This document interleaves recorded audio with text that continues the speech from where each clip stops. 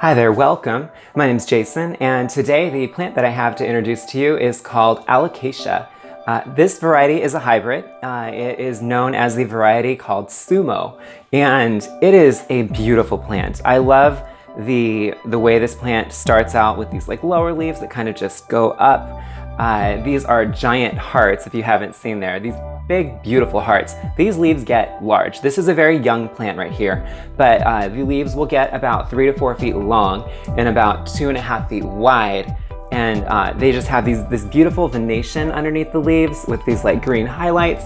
It's a gorgeous plant. This plant's origins are from Southeast Asia, the tropical rainforest in Southeast Asia. This variety is a hybrid. Known as Sumo. And as far as placement goes, just know that when you select an Alocasia, you're selecting a plant, even a young plant like this, it will get very large, and it will get very large pretty quick. In the first year, this plant will get massively big. So, 5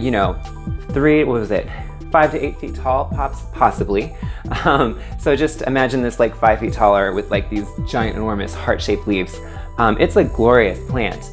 I recommend, having this plant. You will be needing to repot it in your first year of owning it. So just think about the pot size too when you select your Alocasia. I would recommend a 2 to 5 gallon pot.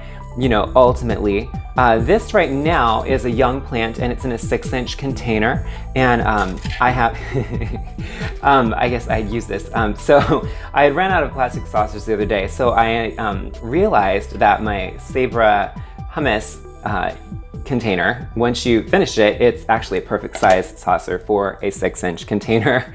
Yeah, I do recommend getting a plastic saucer that has been made for plants though, because of the grooves and the aeration that the plastic saucers contribute to when it comes to capturing drainage for indoor plants. This is an indoor plant. It is a tropical plant. So, in warmer areas, I have heard about people growing this outside. If you are in a warmer area, perhaps you can grow this outside. Just keep it in bright indirect light. This plant doesn't want direct sunlight that can burn the leaves. Indoors, you want to place this plant in bright indirect light and really stress the bright. It wants a good amount of light. And I put it in this decorative pot, but always use a saucer. Bright indirect light indoors. As far as watering goes, allow the soil to dry out about 30 to 40% in between waterings. You do want the soil to be consistently slightly moist, and during the winter, however, you want to allow the soil to dry out about 80% in between waterings.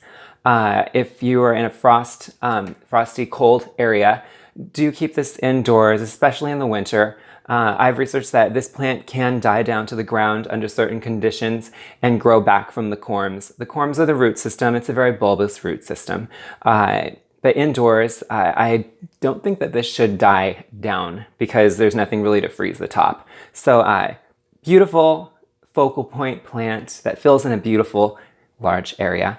As far as fertilization goes, you want to fertilize this plant in the growing season, spring through fall, once a month, with an all-purpose indoor plant fertilizer or an African violet fertilizer.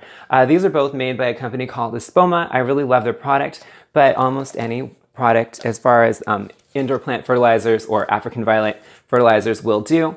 Both are formulated with pH that is more suitable for tropical plants. This plant wants an acidic pH in its potting medium. So when you do repot this, I like to use an indoor potting soil mixed with an African violet potting soil. You want to repot this in the first year that you get it because it grows so fast. So I'm going to pot this up shortly this year from a 6-inch into either an 8-inch or a 10-inch container, and then next year probably into a 2 to 5 gallon container, just because it grows so fast. So based on where you have it and how fast it's growing, just think about that when repotting it. Make sure that when you do repot it, don't overwater the plant.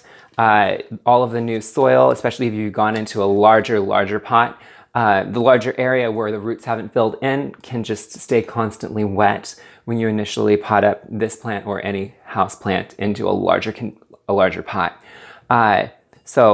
This will be potted up this year. As far as the how often I would repot this, until it's reached a very large size, unless you buy one that's already giant, I would repot it each year and then every other year. So once it's full size, I would repot it every other year, but until it's reached its full size, I would repot it each year. And that really keeps the airspace and porosity in the soil so that this plant doesn't get any root rot. Remember in the winter to reduce your watering down to allowing the soil to dry out about 80% in between waterings. When you water your plant, give it a lift or a tip just to get an idea what the saturated soil feels like so you know the difference when you come back to water it again.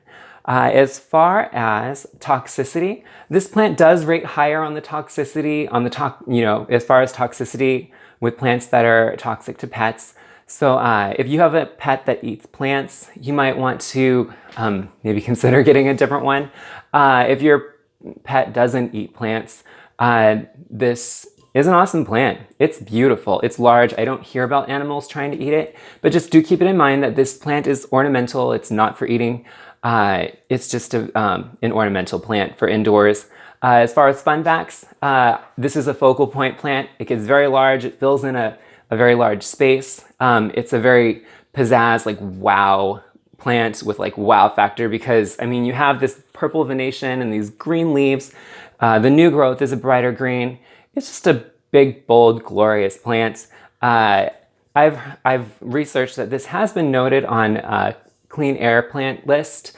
I don't know exactly which toxins it reduces from the air, but I know with these giant leaves that there's a ton of photosynthetic activity going on, the photosynthesis, with these big giant leaves. I mean, why wouldn't it clean the air? And they're shaped like giant hearts. I mean, this is the big, bold love plant as far as I'm concerned. But once again, this is Alocasia. Thanks so much for hanging out today. If you have any questions, please let me know. My name's Jason. Thanks.